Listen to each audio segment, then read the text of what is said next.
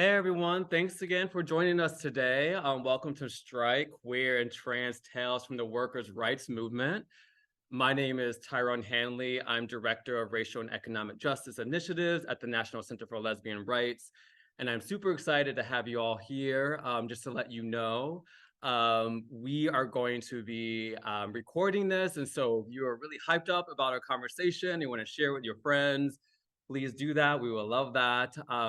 And also we have time, we're going to save space for Q&A, but like that depends on time. So if you have any burning questions, please share those in the Q&A option. But before we get started on our panel, what we're going to do is have an amazing performance by Pauline Pisano from the Kairos Center. So I'm going to turn it over to you, Pauline. Thank you so much, everyone. I'm really thrilled to be here. We're going to get grounded in song, and we're going to sing a really special song called Up Over My Head. Many might know the version by Betty Mae Fikes. It's a song that has a long, beautiful history, but the lyrics, although we can't all hear each other sing, we can all sing together. The lyrics are, up over my head, I see freedom in the air. And I really do believe, I really do believe a change is coming out there. So we're going to sing about hope and love and justice and truth being up over our heads. So please join me in this remix of this song. Up over my head, I see freedom in the air. Up over my head, I see freedom in the air. Hey. Up over my head, I see freedom in the air. And I really do believe change is coming out there. Up over my head, I see justice in the air. Up over my head, I see justice in the air. Up over my justice in the air. And I really do believe change is coming out there. Up over my head, I see love in the air. Up over my head, I see love in the air. Up over my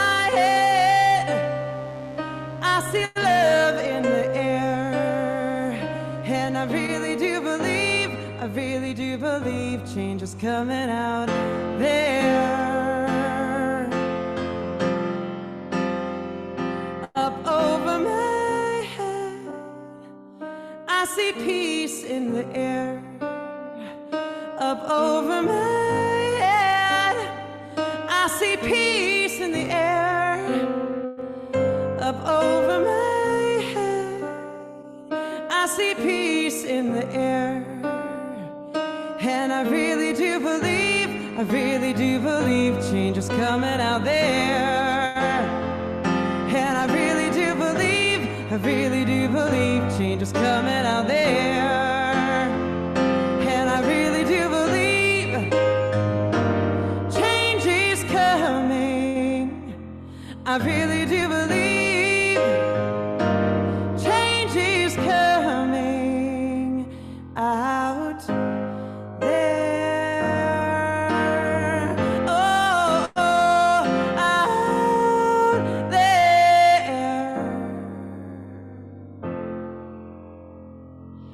Up over my head, I see freedom in the air. Up over my head, I see freedom in the air. Up over my head, I see freedom in the air. And I really do believe change is coming out there.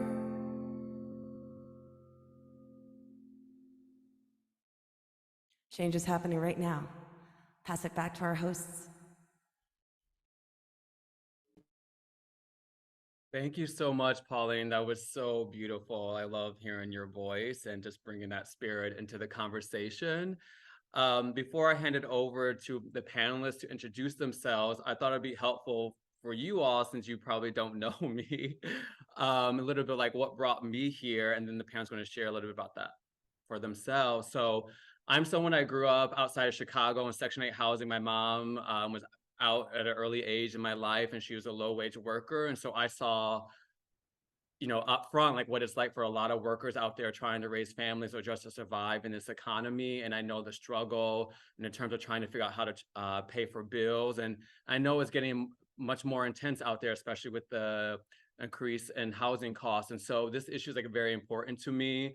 And I just appreciate that I get to work at an organization like the National Center for Lesbian Rights, which understands that racial and economic justice are LGBTQ issues. And so we really wanted this to be an opportunity to really surface all the amazing work that queer and trans people are doing out there to advance the well-being and dignity for workers across the world. And so I'm really looking forward to this conversation. I think it's going to be very affirming for me, and I really hope it's very affirming for you all out there, and really inspires you if you're not already involved and, fighting for workers' rights and dignity, that this will inspire you as well. So thanks again for being here. It means so much that you all decided to take time out in your evening to join us today.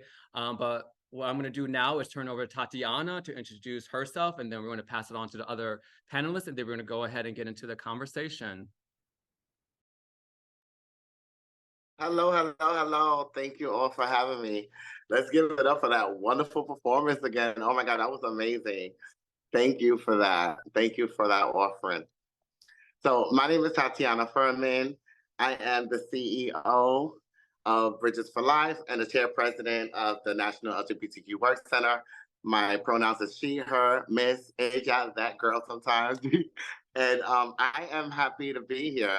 Bridges for Life is pretty much an organization that focuses on housing the THC that's coming out of foster care system and Black trans sex workers. And the LGBTQ Work Center, of course, focuses on workers' rights. So I'm thankful to be here and share, this, with these amazing panelists in this real important conversation. Thank you for having me. Yay. Hi, everyone. My name is Billy Yates, he, him. I am the U.S. Director of the Pay Your Workers campaign, which is a global campaign made up of 260 labor organizations and unions around the world, demanding that major corporations pay back workers' wages that were stolen during the pandemic and also respect their right to organize. I work primarily with unions in Cambodia and Indonesia, and they're taking on Adidas, and so we're going to talk about that, and specifically Tom Daley, who is an Adidas ambassador. A little bit more about me. I was a member of the union, AFSCME District 36 at Asian Americans Advancing Justice. We organized a union in our workplace. We had a majority queer and trans negotiating committee, and so maybe touch on that as well. But also just really happy to be here with everyone and share this space, which is we don't always get. So. Hey, y'all. Thanks for having me. I'm JJ Wienkers-Alvendia, he, him, his. I am the vice chair of the queer WGA committee, and I've currently been a strike captain at Universal Studios. And just 15, 20, half hour ago, we got news that our leadership negotiating committee has unanimously approved the new contract to send on to us to vote next week. So today, the strike ends tomorrow, essentially at 12:01 a.m., which would mean that we're at day 149 or something like that of the strike.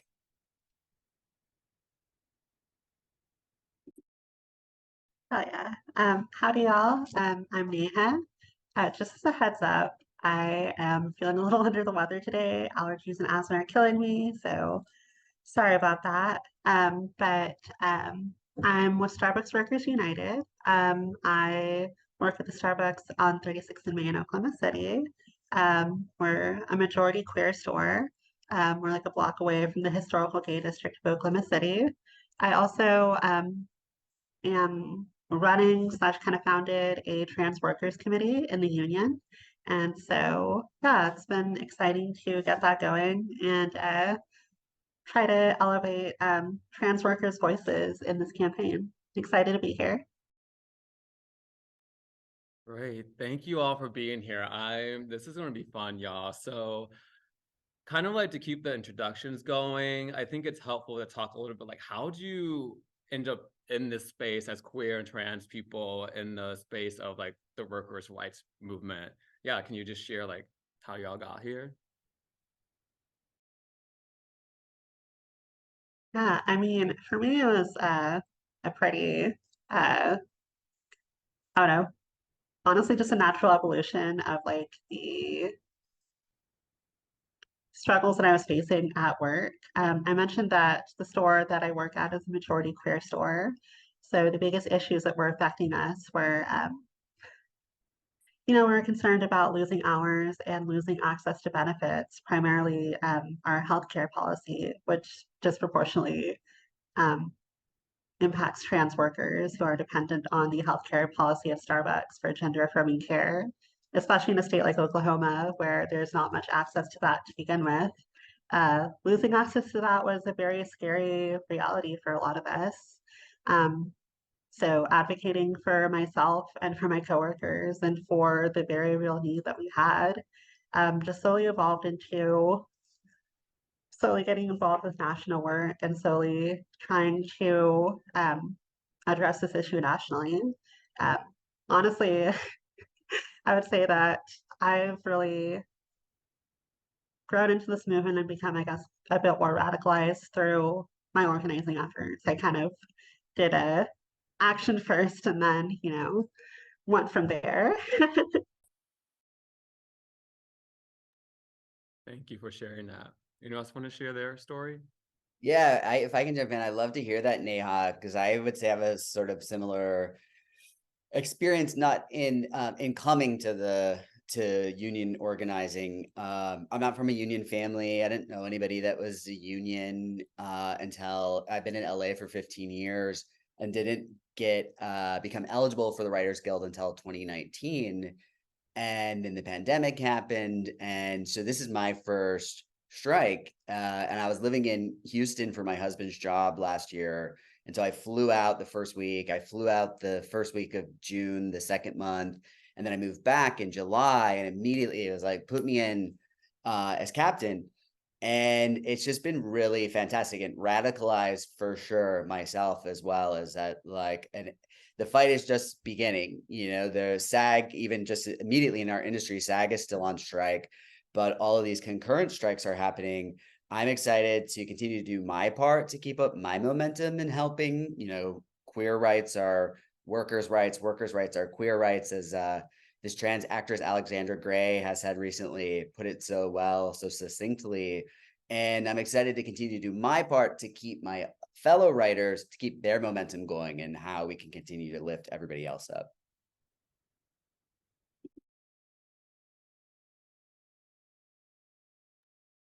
Anyone else jump in? Yeah, I'll jump in. I guess I can go. Go ahead. So, I mean, child, let me tell you something. I've been trying to leave this kind of escape this kind of work forever, but it seems like everything that I've done in life has led me back to nonprofit work and helping the community and whatnot. So I started my own nonprofit organization and I became chairpresident of the National LGBTQ Work Center. I think that for us, well, I'm speaking for myself in the LGBTQ spectrum umbrella, when we're helping the community, it seems like no matter what, as a CEO of a nonprofit organization, I wear many hats.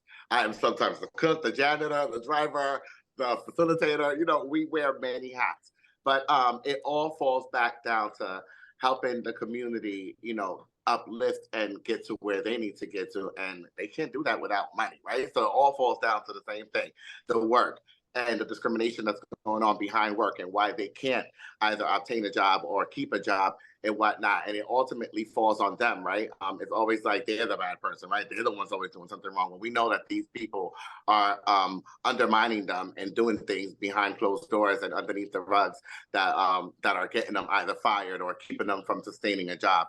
So you know, it was only evidence for that I continue doing this work and helping my community because I feel like it's my duty as a passable transgender female. I feel that I have the power to sit in front of certain folks and speak and have them listen to me and, you know, do a couple of things as opposed to my sisters and brothers that are probably, you know, 7 foot tall, muscular and wearing a two-top and sitting at an interview and can't barely even focus on what that person has to bring to the table because you're focused on everything else.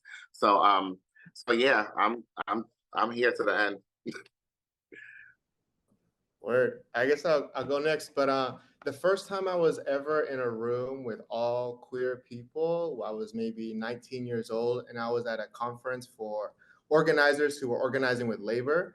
And I can remember like the chills when the door closed, and like you could look around and realize that everyone was queer identified and like goosebumps, right? And I was like, wow, like, and that was my introduction to labor.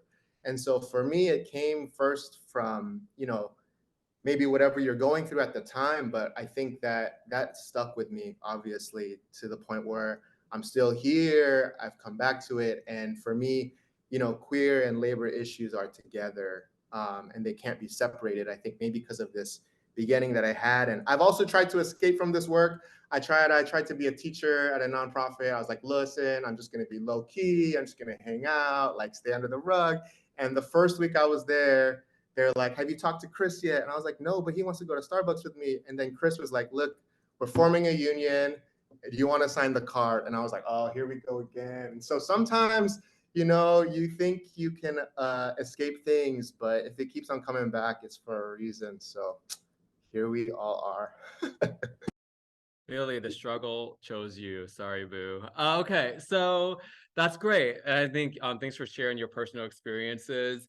I think now I kind of want to kind of help make this connection between you. Some of you have kind of referenced this, but like, how does like the LGBTQ rights movement and the workers' rights movement intersect? Because I found in my work that there is some resistance to trying to make that intersection. So I think it's important for us to tease that out a little bit. And so Billy, I know you and I have talked about this pretty extensively, so I want to like kind of turn it over to you, obviously open it to other folks who want to have input here, but Billy, I want you to share your thoughts here and kind of see where we go from there.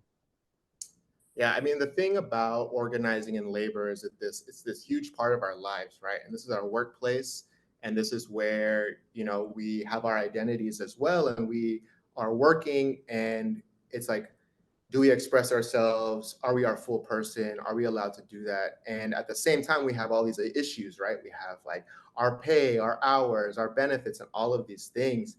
And I think what, you know, is sometimes forgotten is that a lot of the benefits and the things that we enjoy, I would say, like, let's just say as a community, when we talk about things like domestic partnership benefits, that was fought for by queer and trans workers. That was never given benevolently by the government, by corporations who are now parading around with rainbow flags. It was never like that, right?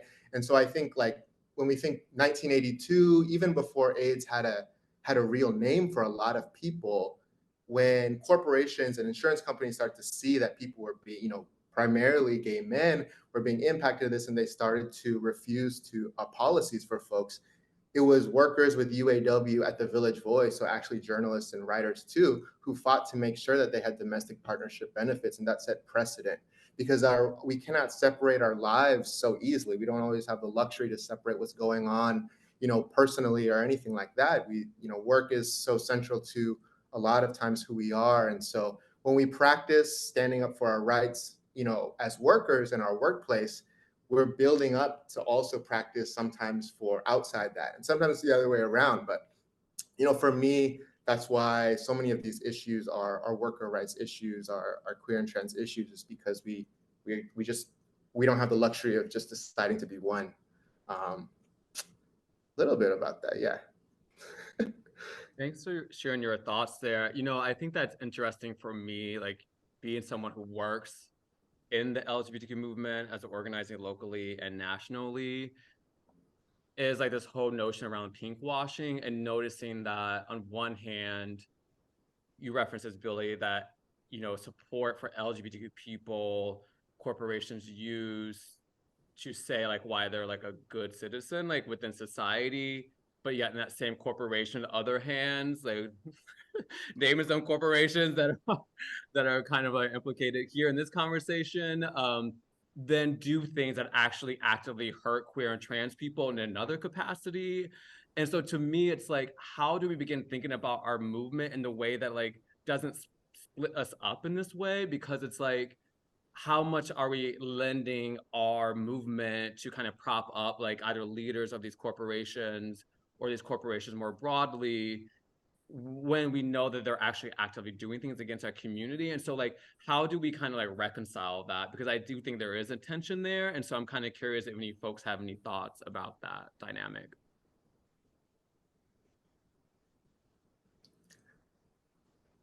I was gonna say just really quickly, I'm sure Starbucks, you know, is a really great example of that. And Adidas, who I'm working with as well, I'm working mostly against, is a great example of that as well, where you have a corporation that can say all the right things and is everything, you know, rainbow when it's convenient for them. And they were not like that before, right? This is something that, you know, I think keeping in mind that the job of these corporations is to, you know, return profits to shareholders as number one. And when it's convenient to be pro queer or trans, they're going to do it. But we've seen so much recently with Target and Bud Light, all this controversy, right? And I think that it goes back to like, actually, let's listen to workers and, you know, the way workers organize, and like, let's be led by that instead of these corporations that are wishy-washy and just going to do whatever is convenient for them. And so I think there's a danger. I would just say really quickly, you know, like Adidas is seen as a progressive company and everything is like woke on the Instagram page. And it's like, listen, like, but do you really want a company like Adidas, that's a German multinational, and they have like things about, you know, how Black Lives Matter and how refugee rights work, and like there's a danger to co-opt social movements in that way too. And I think something to be aware of as organizers and activists and trying to grow our movement. I'll leave it there. I want to hear everyone else. Yeah, I mean, when you brought up Starbucks, I figured I would go next. I mean, definitely bouncing off of that point. I mean, Starbucks has made so many public statements saying that they support the LGBT community. They've, you know, put out ads featuring, the one that made me angry recently was they put out an ad featuring like an Indian trans woman, right as they were, you know, doing all this intense union busting and changing like healthcare benefits for trans workers. And it's like, oh, so you want to like parade us out whenever you want to look good, but you don't want to actually support us. I think what this comes back to for me ultimately is like a lot of what these companies do that is like beneficial for queer people isn't because of the goodness of like I mean, a corporation doesn't have a heart, it's a corporation. A lot of this actually just comes directly from activists and their work. I mean, we look at the healthcare policy at Starbucks. It's, you know, been touted as like revolutionary and like a huge step forward for trans healthcare. You know, it covered an extensive number of things, at least it used to. Um, and that work wasn't done by Starbucks. It was started by activists like, for example, Dr. Jameson Green, right? Like, who was directly involved with the creation of that policy. So like, even the things that these corporations do that are beneficial for us are not, really don't have anything to do with them. It's the work of activists who are pressuring them, who are behind the scenes working to make things better for queer workers. And as we connect that back to like how queer rights and workers' rights are like connected, I mean, I talked about this earlier. I live in Oklahoma. Access to trans healthcare is very limited. Access to jobs that hire trans people are very limited. So for queer workers, it's, I don't know, we often joke that like every gay and trans person ends up working at the Starbucks that I work at. I mean, there's a truth to it, right? Like almost every single one of my coworkers are queer, and it's because it's one of the only jobs that one will hire us and two offers us a benefit that we desperately need. Um, and so whenever companies decide to try and union vest, try and fire us, try and take away the jobs that are essential to us, try to take away healthcare benefits that are essential to us, I mean, yeah, these two things are connected. If we lose access to healthcare through Starbucks, we lose access to healthcare, period, right? So yeah. I just think, Neha, that's so terrible and powerful. And I think something that really makes me so mad is speaking of pink washing, queer washing, rainbow washing, is these companies that, trot out their apparel to sell to us. And it's like, whoa, like we're so desperate for representation that it is a good thing. But multiple truths can exist at once, and they're still trying to make money off of us. And then in turn, they go and they donate to all these anti-queer, alt-right, fascist, Republican candidates, just insidiously wiping out any possible gains that they could have made for us. And I think what's really encouraging, though, is to hear is that, boycotting Target, getting mad at Starbucks as consumers, we see the alt-right goes crazy. And then everyone shoots their Bud Light cans and then drinks beer that's owned by the same company because they don't even understand how much they're under the thumb of these massive corporations and how much effect does that make? But then we have all these queer workers together as the workers that it seems like have even more ability to hold these corporations accountable to truly make change than even the customers that they're desperate for their money in order for their business model to succeed. I want to add on to that. I want to say that it is truly unfortunate for the queer workers because 9 times out of 10, when they try to speak up for themselves, they usually within 2 weeks to a month, get fired sporadically over some bull crap that they decided to string along, or they'll just keep an eye on them, right? To pick on them, to immediately try to get them fired and disqualified as soon as possible. So I try to consult with my participants and let them know not to say turn the other cheek, right? But just to be smart about how you stand up for yourself, document things as much as you can, take, notes, dates, times, persons and whatnot. I know that sometimes recording is illegal, but you could kind of like audio record. That's not illegal. So things of that nature, So yeah, that's what I want to say. All right, the workers center jumped out. I see you educating the people. Yeah, I think these are really important points. I think that to me, what I'm hearing too is like how employers can actually exploit people's vulnerability, and in terms of it could be immigration, it could be healthcare, just like income period. And so like if you have like a groups of people like queer and trans people, people of color, especially a low-wage worker, they know that they can use that against you to kind of keep you in line. Because like, well, do you really want to lose this job? Which is like literally like kind of like probably like maybe one of the few jobs you can get depending on where you are. And so I think that to me is like that power dynamic is like one way in which how queer and trans identity, especially at the intersection of other identities, can like make people more vulnerable to that exploitation. I think also for me, it's like I think about like how a lot of the way that employment is centered is around this notion of a breadwinner, and is very rooted in its traditional sex and gender roles. And so I think that if we're thinking about queer and trans liberation, like a big piece of that is talking about like how those two are linked in terms of, structure in society in which like one person, at least traditionally, was supposed to make enough money for the entire family, and like another member of the house was supposed to raise children, primarily like a cis woman, without any compensation. And so I think that to me, like as a community, that like as we're thinking about this world beyond exploitation, that there is definitely like an explicit intersection between our identity as queer and trans people and the exploitation that we're seeing, and the way that it's used to kind of keep people, regardless of their sexual orientation, in line as workers. All right. Well, any other more thoughts before we move on to the next little topic? All right. So this is a fun part for me. Like I'm a dreamer. And so I love like envisioning new worlds. I like walking around my neighborhood and thinking about how spaces can be used differently. And so this is that opportunity for us to do that. Like, we're talking around like labor organizing, just like gender workers' rights, organizing, but a lot of it's like within this context of capitalism, right? We're trying to minimize the harm that we received in which we were being exploited as workers.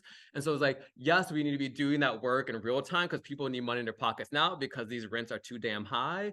But I'm also like, can we also think about a world beyond this? Like that's not like rooted in this type of relationship in which we have to like allow ourselves to a certain degree, even we kind of mitigate it, in which we're being exploited. And so I just want to hear your thoughts about maybe examples of you seeing people like moving like or building these worlds, or maybe it's like a dream that you have that you think would help build this world. And so just to kind of get us started, I like to just share mine and I'll turn it over to my wonderful panelists. Is like this writer's strike and actor strike has made me really think about, it's like we should be building a Hollywood that's not Hollywood. That's like a one that's not rooted in exploiting workers, and then that's that focus on profit. Because I think that artists would make their best art if they could just make the art that they actually want to make and not have to worry about, you know, is this going to make the shareholders money? And so like I love that, on the picket line for Bi Awareness Week, I met David, who is out there starting a production companies to have like this very conversation and trying to figure out like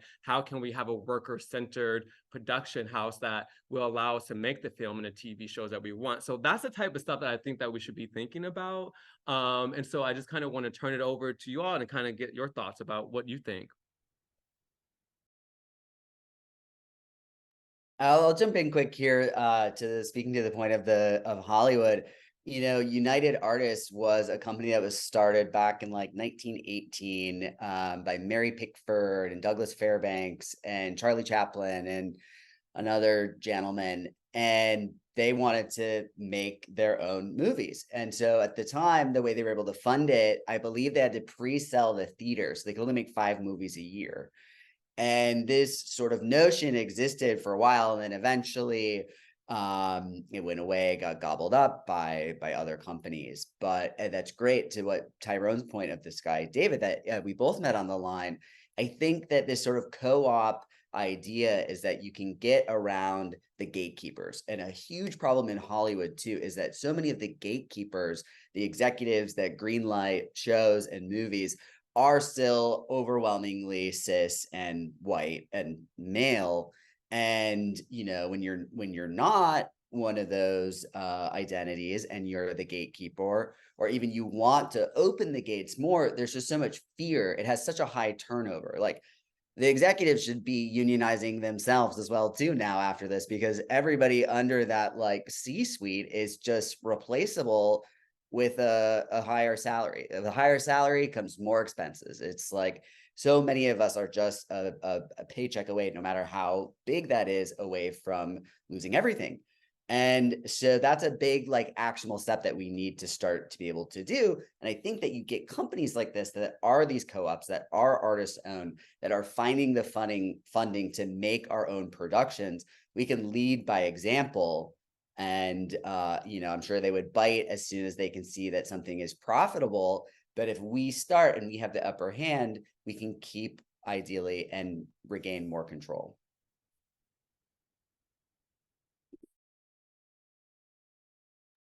It's all about the money, unfortunately. And while we at that, big ups for Tyler Perry for doing his thing. He's trying to create. That's kind of what he's trying to create, right? Hollywood out there, little Black Hollywood out there. So big ups for him. And Hollywood sounds great, but also, can we normalize sex work? Like that needs to be included. Normalizing sex work, because sex work is really work. And I think that when we're thinking about a union here, we think about labor, we think about work.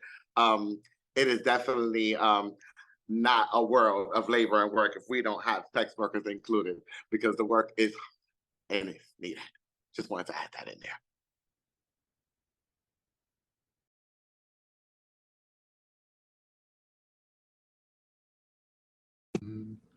I don't have any big answers or anything, but I do see things happening. And I think that, all of these strikes that are happening are places where we're reimagining, like in present time. When you and your colleagues decide, one, that you're going to organize, that you don't like, that you want to have a voice at your work, that's changing. That's changing the dynamics. And most people in their lives never do that. Most people in their lives submit to what is going to happen, and they go to work. And it's a really radical and bold thing for you to get together and say, hey, you know what? We deserve something different. That's world changing in itself. And to see things like strikes where people are then saying, we're not going to go to work, we're stopping the system from working, that this is not okay. And they do it in such a way, and they're on a picket line, and people are dancing, people are singing, people are eating, people are hanging out with each other, people are getting to know each other. That's the conversation for me. That's like where things are happening. That's reimagination, because what you're saying is that we don't need that boss here or this kind of thing. Like, we can actually take control of something else. And so I don't have like the big picture final answer of what it is, but I do know that this first step in so many ways is because it not only impacts you and your colleagues, it impacts the people you know. My uncle is a security guard at Universal Studios, and he's always talking about blah, blah, blah with the strike. He's kind of right wing, but he respects the writers and the actors because it's making him rethink, right? It's changing his worldview. And so I think like we're in a really special moment right now, and it's like the right place to be imagining. It's the right place to be dreaming, because when people reject normal, that's the first step, in my opinion, because it's so hard to get out of that for a lot of people. We're always on the grind, rent is always due, all of this stuff. So it's like really radical and amazing that this big step has happened, and I'm looking forward to, what happens next after this.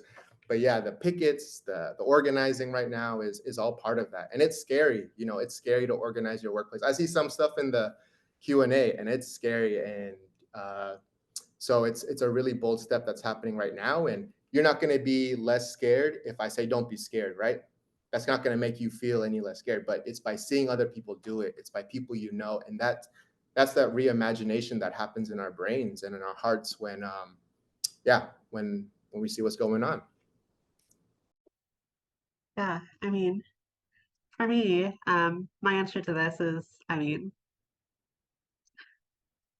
current way that things run, it just isn't sustainable, right?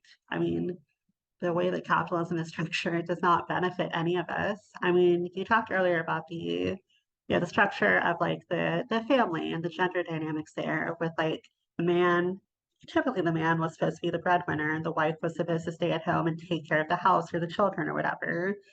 I mean, a lot of that was maintained because it kept the game, like, I don't know, it kept money flowing, it kept work continuing because our very economy was structured around that very structure, right? So challenging that with like queer existence was like a threat to like how our economy just functioned, right? We look at, I don't know, how we're addressing like the issue of like climate change, and we're so concerned, or companies are so concerned with keeping that line going up and keeping money, profits increasing, that they're destroying the very planet we live on. I don't know. We talked about like the film industry a bit. I can't help but connect that back to like the Hays Code and like the anti-queer sentiments built into that were perpetuated by these major film studios, and how their control over that like shaped the culture. I think about how the response to COVID has been so terrible, because it hurts profits, right? I just feel like the way that things run right now is just completely unsustainable. And when you tie it back to like, for example, the work that I do as like a service industry worker, like we are underpaid and we have our hours cut and benefits withheld from us. And we're subject to all kinds of horrible emotional abuse at work because it's profitable to do so, right? So I also don't have an answer for what the solution to this is. I'm always happy to listen to other people and hear what their ideas are and their dreams and their hopes and their beliefs about what a better world can be. But I know that the current system is not just, the current way that things are running is not sustainable. All I know to do is to continue working towards justice and to continue working towards what benefits all of us.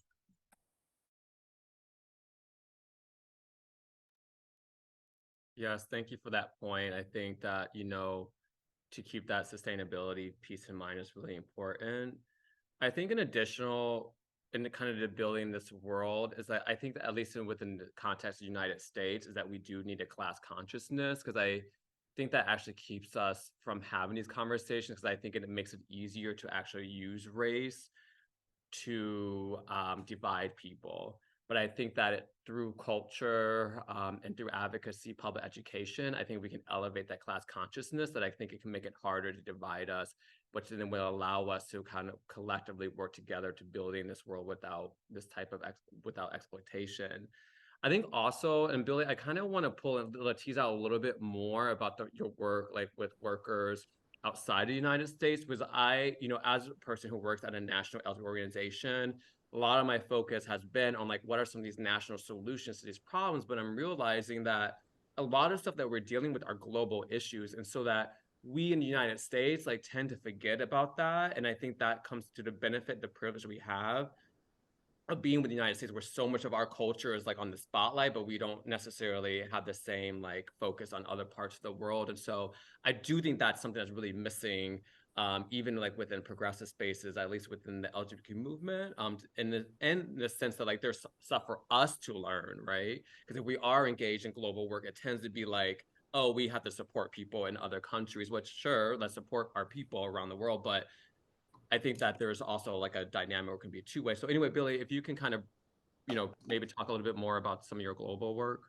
Yeah, I'm gonna drop lots of links towards the end so that things that I'm referencing. But I think the way that we understand unions is, unions are understood in different places, and our queer and trans identities are also understood in different places. And I think there's a zine that I'm gonna drop, and it's by queer and trans garment workers in Indonesia and Cambodia. And it's all about their joy and their frustrations and their dreams as well. And for some of them, I wanted to actually have someone here, but it was a little bit difficult to get. But I do have their stories, and so I'm gonna drop that. But when they talk about how the union has made a difference, because before the managers would say bad names at people, and now they're able to get some of those people fired. They're able to hold people accountable in these ways that impact, that unionization and that democracy at work is having an impact also on their lives as queer and trans people. And I think what we may not understand is that, for example, in Cambodia is a country where they've had the same president for 46 years. Unions are seen as a threat. Unions are seen as one of the primary ways that people mobilize. And it's because people have democracy in the workplace, and then they go out and do something. So the government and corporations are constantly working together to keep workers down specifically. And that's queer and trans workers who are also leaders in this movement. And I think what is really, it's a little bit mind bending to go, Cambodia, where the minimum wage for garment workers is, a little bit over $200 a month, to fly back to Los Angeles and to see that, this company that they're fighting against, Adidas, spends such exorbitant amounts of money on trying to be cool for an American audience, and specifically for a queer and trans audience. Adidas is a company that sees queer and trans people as a market to be exploited, as a group of people that are, I can go into all the research, but they're like lifestyle brand, right? It's like queer and trans people are getting to sports. That's really good for us, so we can make more money off of them. And what they want is this idea that they hate the idea that we talk about each other as human beings, that queer and trans people exist all around the world, that queer and trans garment workers deserve pride just as much as we deserve pride here, and that in fact that we're much more related than we are different. This is not what corporations want. It's not what governments want. They want to keep us separated. They want to keep us distracted and busy and thinking about ourselves and our consumption. And so when we brought Cambodian workers to the United States, they hated that, right? Because we're telling each other stories, we're listening to each other. But I will just say, like, this goes into a little bit of my dream, right?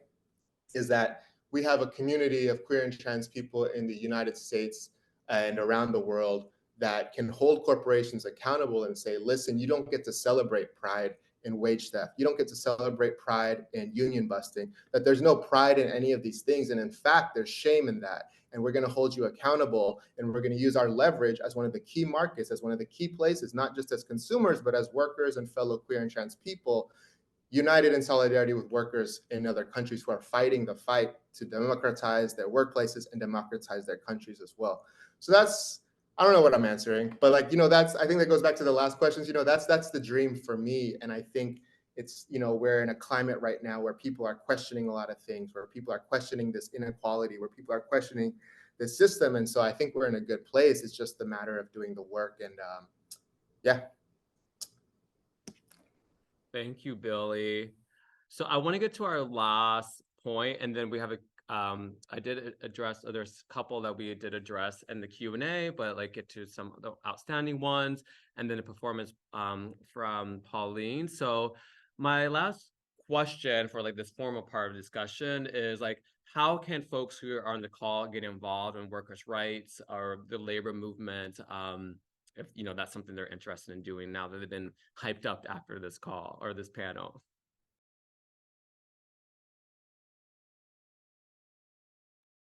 I feel like there's more expert advice on this panel than myself to answer this question, but from my personal perspective, I think that an amazing way to get started is, for example, like if you're in LA, SAG is still on strike. The hotel workers are on strike.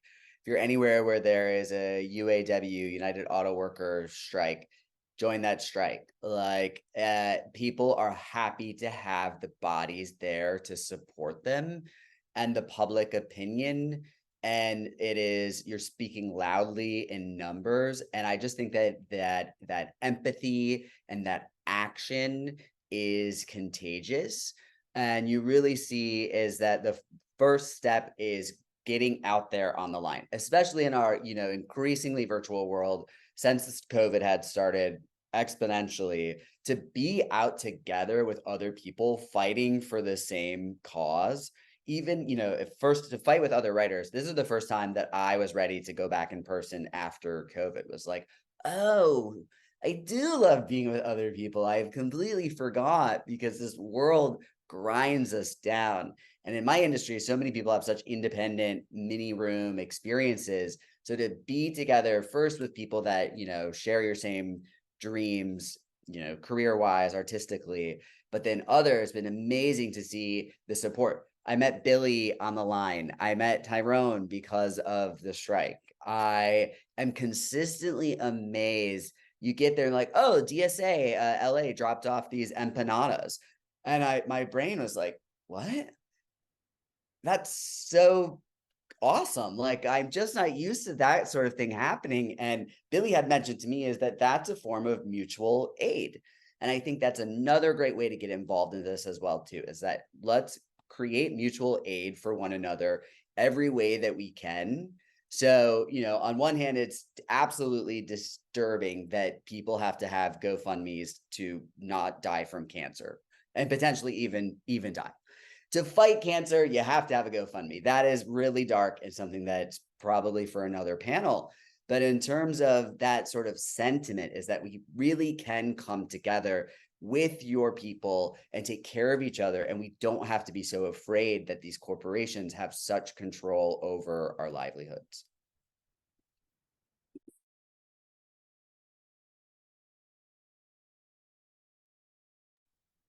I will also agree go and ahead, chime in. Tahitianna. I said I will also agree and chime in. I said it's always a strike. There's always a strike everywhere. I think you can literally just join in to whichever cause best fits your, tickles your fancy, and get involved. You'll always meet people there that are doing other things, and you get connected, and that leads to another door, and then you might be sitting somewhere running an organization as well. I know that for us, the National LGBTQ Work Center, we have been on a hold for a while, but we would be kind of like back on regular schedule, and we do like little monthly membership, virtual events where we kind of like educate the the community, about the Workers' Rights Center, and get people involved, and whatnot. So there's ways to get involved, even if you don't want to actually go out and be involved in the street, especially now with the cold weather coming in. If you're over there on this side of town, but there's always virtual events, and there's ways that you can also get involved, seminars and even town hall.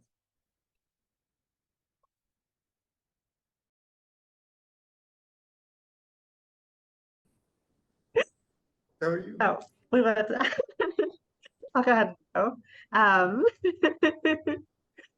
I was just going to say, as far as getting involved with this work broadly, I think the most important thing is to not let yourself be apathetic and not let yourself just not care about things that are going on in the world. I mean, I think a lot of how we talked about the lack of solidarity with queer people and with workers internationally. I think a lot of that comes down to people just choose to not care about things that are so blatantly unjust, and they choose to not keep themselves educated about that stuff. So I think the most important thing is to care. As far as directly supporting the work that Starbucks Workers United is doing, I mean, again, keep yourself informed, care, follow us on social media, keep up with the actions that we're doing. We post on Twitter, or whatever it's called nowadays, Instagram and TikTok, very frequently with stories from workers and stories from stores that are organizing and issues that are directly impacting us. Also, we've been organizing these days of action where community members and supporters can go to stores in their region. I forget when the next one is, but basically leaflet and talk to other customers and workers about the union campaign that we're running. Also, got that no contract, no coffee thing.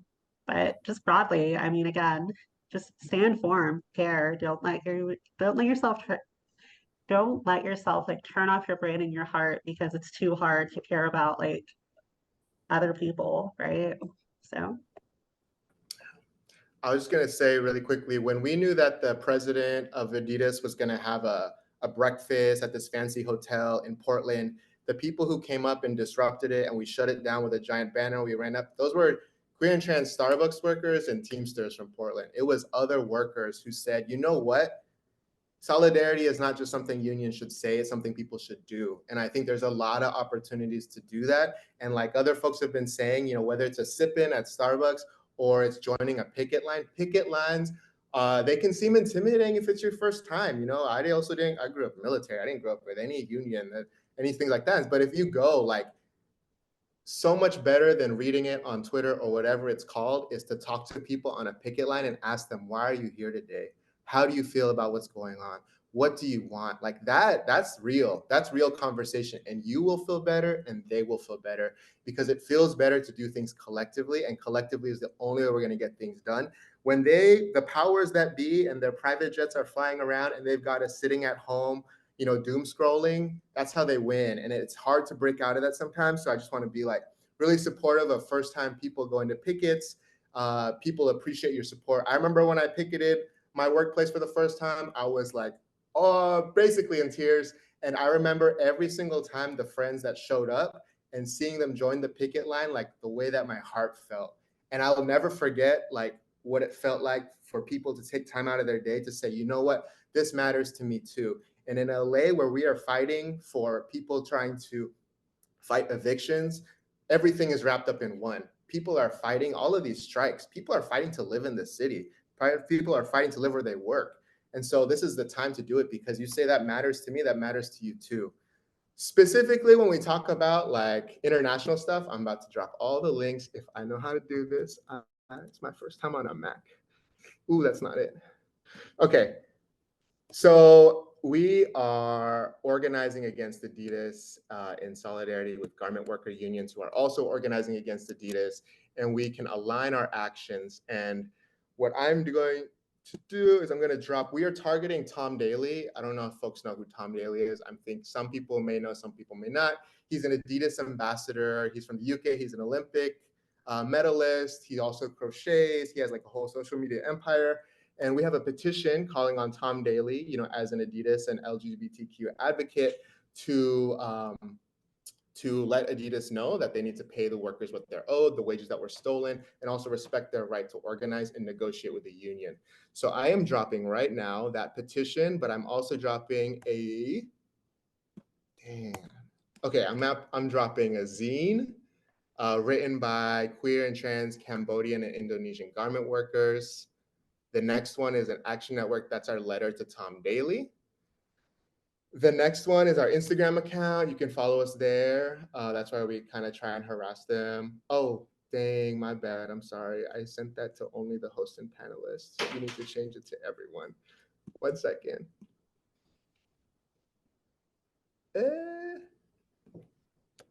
And I just was going to say, you know, I think one of the things that these companies are scared of is when these labor issues are not just for labor people.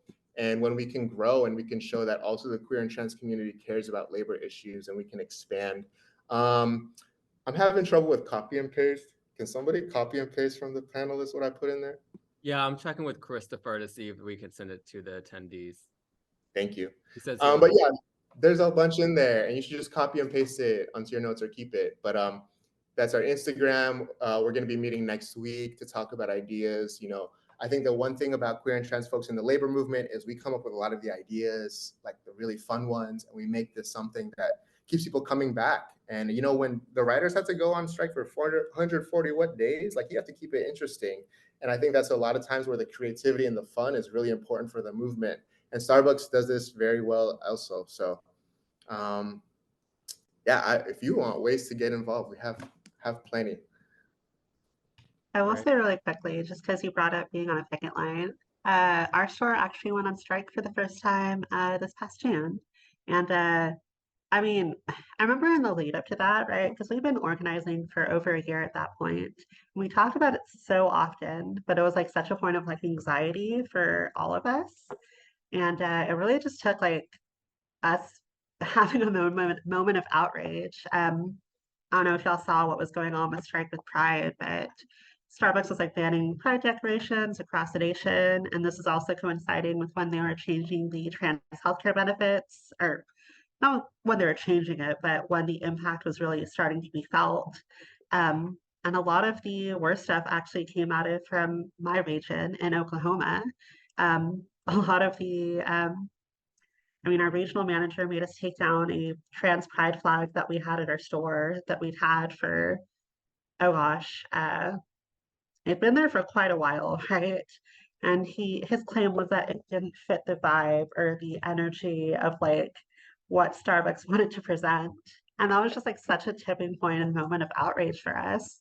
But I remember once we finally like took action, right? Like when I messaged people and I was like, okay, who's committing to going on strike? And we got the entire store to agree within like an hour, right? Whenever we like sent the messages to or like contacted our district manager and store manager telling them that we were going on strike. Whenever we actually got out to the picket line, there was so much anxiety about taking those actions, but once we finally did it, it was like, oh, why didn't we do this sooner? Like on the picket line, we had like over 50 people join us outside of our tiny little store. We had like a whole crowd of people like cheering and shouting, and like it was such an empowering moment. And then afterwards, we got to walk in the OKC Pride Parade together as like a store, and we shut down our store for the entire day, and we got pride decorations back. I don't know, like it. What was so surprising was how easy it was once we actually did it, and I think that's a big part of why queer and trans workers are often leading the labor movement. I mean, look at Starbucks. Like everyone who's organizing with Starbucks is gay.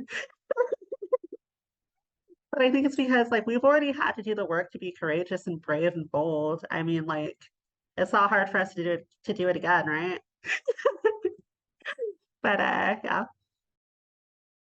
Thank you. And I think also what's really cool about being here in LA for at least I've been on 2 picket lines is like seeing like how the themes, like I attended, like JJ and Billy and I were at the Sexual Awareness Week picket line, and I think what was really exciting about it, that theme actually really excited people. And so like there was a question about how can organizations support, like one's a political organization, but maybe there's a picket line happening saying like, hey, we'd be more than happy to organize a LGBTQ picket and just like bring your people out, because like these picket lines are a great place to meet people, all sorts of reasons. So it's like it's a vibe. So as queer and trans people, we literally show up and we always want to have fun. So I think that's a really great way for folks to also show up.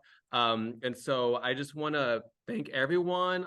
We're getting kind of close to the end of the time. And so I know I didn't get to all the questions. There was a question around, homophobia within the labor movement. That's definitely an issue, because I know colleagues at organizations like Pride at Work. If you haven't heard of Pride at Work, I really recommend that you look into them as an organization. They work within the union system to kind of like do a lot of education within unions. And so they're definitely doing that work. And so if you're interested in learning more about that, reach out to them. And their national office is based in DC. So I'm gonna like very quickly, if there are any last thoughts that folks want to have, and then I'm gonna turn it over to Pauline before we close out today's conversation. Any last thoughts? I would just want to say, the joy is an act of protest. And I think that, Neha, that's so true, is just we've done really hard work. We could do it again. We can access, we can organize. We are forced out of our communities and then had to create a community of our own. And I think that gives us a lot of empathy for otherness. And unfortunately, to survive, a lot of times we have to have a lot of patience and eat a lot of shit. And so we can teach other people that you can do hard things too.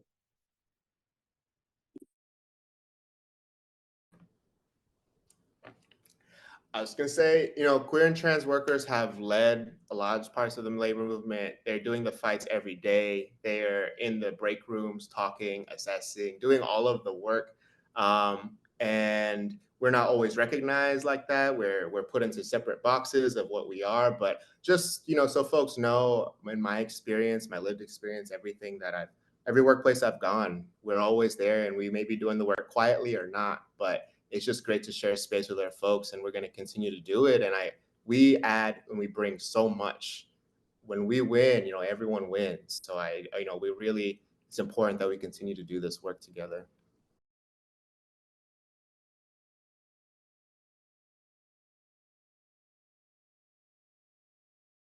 Any other thoughts before I turn over to Pauline?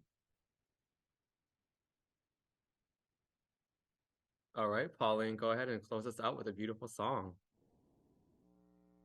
Cool. I loved this conversation. So much of what was shared around like changing hearts and minds is something that I think about as a cultural arts organizer with like political ed, because I believe it's Gloria Anzaldúa who said, nothing happens in the real world unless we first see it in the images in our heads. And so we kind of build that world by being together and like sharing this image about what it can be together. So before we sing a song that I'm sure we all know and have heard, a remix of it, I wanted to share a quote by famous labor organizer, activist General Baker. There's an institute in Detroit called the General Baker Institute. And this is what he said on solidarity. On the question of solidarity, the famous union song, Solidarity Forever. It was adapted. That song was formed by the soldiers leaving the battlefield in the Civil War. And if you notice, Solidarity Forever is to the same tune of Battle Hymn of the Republic. In the process of solidarity, I've learned some things. General Baker goes on to say, when we raise our voice to sing Solidarity Forever, we've got to fight to give that meaning. So much of what we said today around having an international analysis as well. We've got to fight to give that meaning. The song says solidarity forever. It doesn't say solidarity for 8 hours. It doesn't say solidarity until the midnight hour in case you're working a second shift. The song says solidarity forever. And every time we raise it and fight for it, we've got to fight to give it meaning. So we can have that framework when we sing Solidarity Forever. And this is a song that if you're new to organizing or organizing your workplace, I find that arts and culture is a way to really root myself and ground myself in the consciousness and the history of us people fighting for freedom. Okay. Which side are you on? Which side are you on? Which side are you on? Which side are you on? Which side are you on? Which side are you on? Which side are you on? Hey, which side are you on? Come all you good people, good news to you I tell of how a fusion movement has come in here to dwell. Which side are you on? Which side are you on? Which side are you on? Hey, which side are you on? Which side are you on? Which side are you on? Which side are you on? Which side are you on? Don't stand for their excuses. Don't listen to their lies. Us poor folks haven't got a chance unless we organize. Organize, organize, organ. Which side are you on? Which side are you on? Which side are you on? Which side are you on? Which side are you on? Which side are you on? Which side are you on? Which side are you on? Come all you good people, you pour the whole world round. Don't you hear the jubilee? Oh, what a mighty sound. Solidarity forever. Solidarity forever. Solidarity forever. The movement makes us strong. So wherever you are, I invite you to sing with me. Here we go. Solidarity forever. Solidarity forever. Solidarity forever. The movement makes us strong.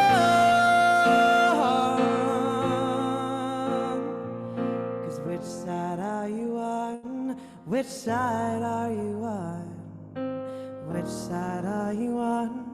Which side are you on? Solidarity forever, everyone.